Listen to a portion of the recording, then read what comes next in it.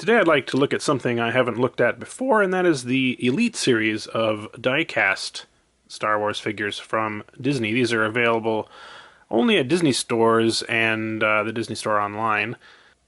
They're more or less in the same 6-inch scale as Black Series figures, but they're a little bit bigger, and that's a little annoying if you want to mix the scales together. I assume they did that for licensing reasons, so that they wouldn't infringe on Hasbro's license to make 6-inch figures. They made them like 6.5 or 7 inches, but yeah, a little annoying for the collector.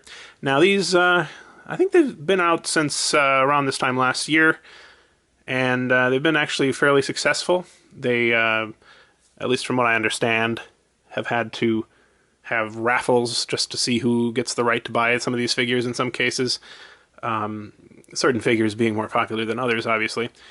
And they've been mostly Force Awakens figures, but they have had some original trilogy figures as well. And I think the original trilogy ones are particularly popular, if I understand correctly. They come in quite nice boxes, I must say. I've never, until now, seen these in person, and they definitely look fancy, fancier than a Black Series box.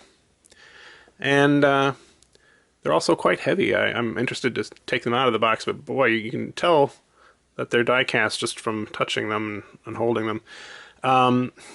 They go for $24.99, which is a bit more expensive than the average Black Series figure, but not a whole lot more.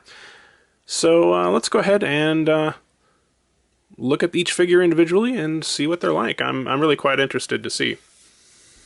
So to just briefly look at the packaging here, you can see it's got a nice foil, red foil trim on here, and it definitely looks fancy, premium looking. On the back it has, similar to the Black Series, a short character description, and not a whole lot else.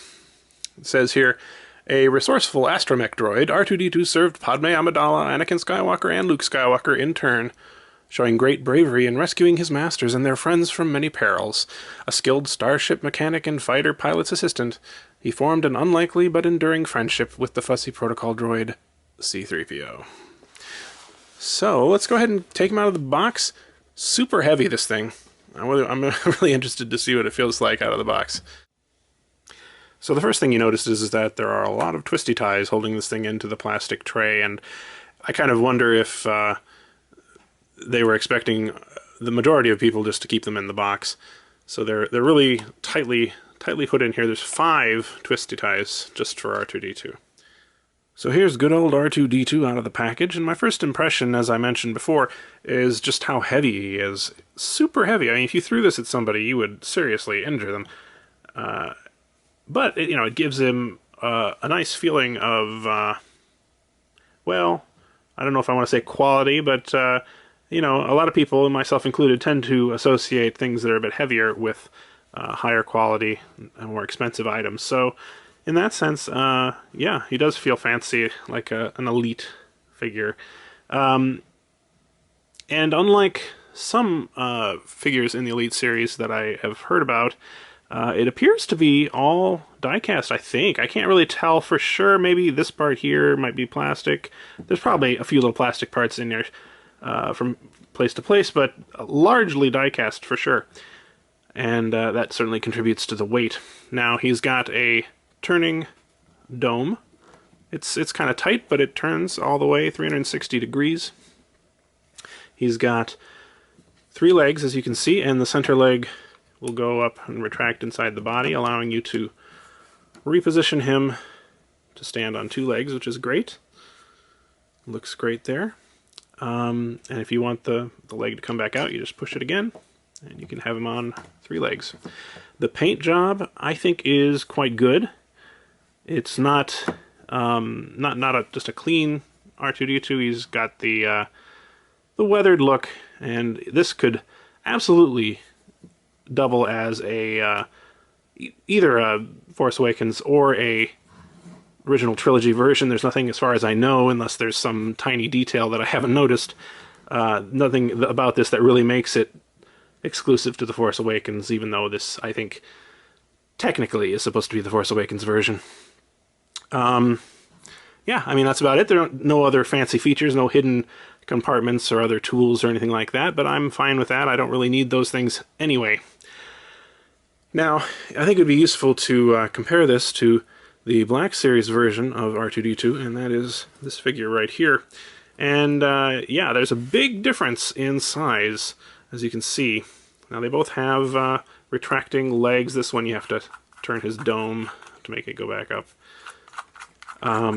He does have some opening compartments and some additional little tools, which I don't have right here, but in terms of size, this is much closer, I think, to being accurate, because this original Black Series figure was in fact rather undersized compared to normal Black Series figures. Now, let's see. In terms of the paint job, this is a very clean R2-D2, and so I would also give the edge to this one on the paint job. I mean, it does have little scuff marks on the legs, but that's about it. They didn't bother to try and weather the body at all. Yeah, I mean, if you want a Black Series R2-D2, the thing is, these are actually pretty expensive, I understand. I got this back when it was, you know, in the stores, but if you want to get this secondhand now, they're fairly expensive. I would actually suggest getting this instead, because let's compare it with this guy. If we compare it to X-Wing pilot Luke, he's not quite in frame, but I think it's actually this one is actually closer to being accurate than this one. Neither one may be exactly spot on, but if you look at photos like this one, you can see that R2-D2 is actually fairly tall compared to Luke. And he's certainly not sort of, well, here he looks like he's right under waist height for the Black Series version, and on this one, the Elite version, he comes up right to about the start of Luke's rib cage, which I think is a lot closer to being accurate. So yes, I would recommend this one in case you want a Black Series R2-D2. So let's go ahead and look at C-3PO and see if we can say the same for him. So we're going to look at C-3PO now, and as you can probably notice, this is the red-armed version from The Force Awakens. Now, they did release an original trilogy version that came in a D23 box set. That D23 is sort of a Disney convention, I guess. Unfortunately, it was very expensive at that point. The set had like 8 or 10 figures in it, and it's only gotten more expensive since then, so I have no intention of buying that. And it's a little frustrating because I would really like an original trilogy version of this, but I guess we'll just have to wait maybe and see what Hasbro's Black Series version is like. In any case, let's look at the box a little bit. It's the same exact style as C-3PO or R2-D2's box. On the back it says, C-3PO is a droid programmed for etiquette and protocol, built by the heroic Jedi Anakin Skywalker, and a constant companion to astromech R2-D2. Over the years he was involved in some of the galaxy's most defining moments and thrilling battles, and is fluent in over 6 million forms of communication. So yeah, I'm interested to get him out of the box and see if he is as good as his little companion R2-D2. So, out of the package, he is definitely a hefty figure. He's got some weight to him, as you would expect. Although, he's definitely not 100% die-cast. He's got kind of bendy fingers, so this is some sort of a rubbery plastic. And the feet as well, I believe, are plastic. The head, I'm guessing, is also plastic, as well as maybe some internal, like, parts of his joints and things like that. But certainly there's a lot of die-cast here. He's got a relatively good paint job. It's not super reflective, but it's definitely a nice gold color. It's not really weathered at all, though. And I guess that's appropriate for The Force Awakens. He wasn't super dirty in that movie, but it's worth mentioning. The main problem with this figure, well, there's two of them, I suppose. The first is that his articulation is really quite limited. And it's not as though you expect C-3PO to be doing lots of acrobatic tricks or anything, but you know, there are a few poses that you would like to be able to pull off with him. And basically this is it. This is what you get. You can move his legs thusly, a little bit at the knee, a little bit at the hip, and a little bit at the ankle, but really that just is, you know, it just allows you to vary his standing pose a little bit. He can't sit down. Of course, you know, the real C-3PO can't really sit down either, but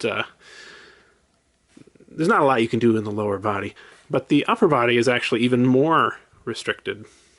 You can move the arms up and down this way, but that's almost about it. I mean, you can move at the elbow about that much. That's it. And it looks here, you know, if you look at the elbow joint, it looks like you should be able to move it more, but in fact you can't. You can twist the hands around like that, but that's about it. Now, one good thing about it is that you do have a ball jointed head, so you can get a lot of expression out of that. Mine was kind of stuck, painted a little, you know, stuck. So if yours doesn't move, you might want to try moving it a little bit harder. He does stand pretty well. One thing I forgot to mention with the R2-D2 figure is that these figures all come with stands, which is a nice touch. I like that. They're rather big, though. So if you want to display these side by side, a bunch of them, it's actually kind of hard to do. But he does have a stand with a little foot peg in it, so you can stand him like that. I would probably recommend doing that just because I have a feeling he would be easy to topple over. But he does stand without it. Now, the other Achilles heel of this figure, in my opinion, and of this entire line, really, is in the back. And you can see here all of the screws that they have holding the die-cast parts together. We got 2, 4, 5, 6, 7, 8 screws just here. And I think there's actually, I think I saw some other ones sort of hidden away somewhere, but that's a lot, you know, and it doesn't look fantastic. Now, admittedly, when you display these figures, you are going to mostly be having them facing frontward, and, you know, it looks pretty good from that vantage point. But this does not look great, and when you consider with R2-D2 that they were able to actually fill them in, you have to sort of wonder about that a little bit. Now, now that I've got them both out here, let's take a look at them together. Scale-wise, yeah, R2 might look a little big, actually, but it's not too bad. They look good together. And, yeah, I'm actually pretty happy with these. I do wish that didn't have the red arm, to be honest with you, or ideally what it would be is if they had a swappable arm, which really wouldn't be hard to do, but of course they're not going to do that because they want to sell you 2 different versions of the same figure. So yeah, I would definitely recommend these, actually. I don't have any of the other figures. I was tempted when they came out originally to pick them up, and to be honest with you, I'm glad I didn't. They look nice overall, but we don't have a Disney store anywhere near the area, so that would mean I'd have to get them all online, which would be expensive, and they're kind of hard to track down. Each of the releases, they do them sort of a little bit at a time, so it's probably just as well that I didn't get them. But I'm quite glad to have this R2 to replace my Black Series one, which I've never been crazy about, and also maybe I'll slip this into slip this into a Jabba display or something as a placeholder until I get something better.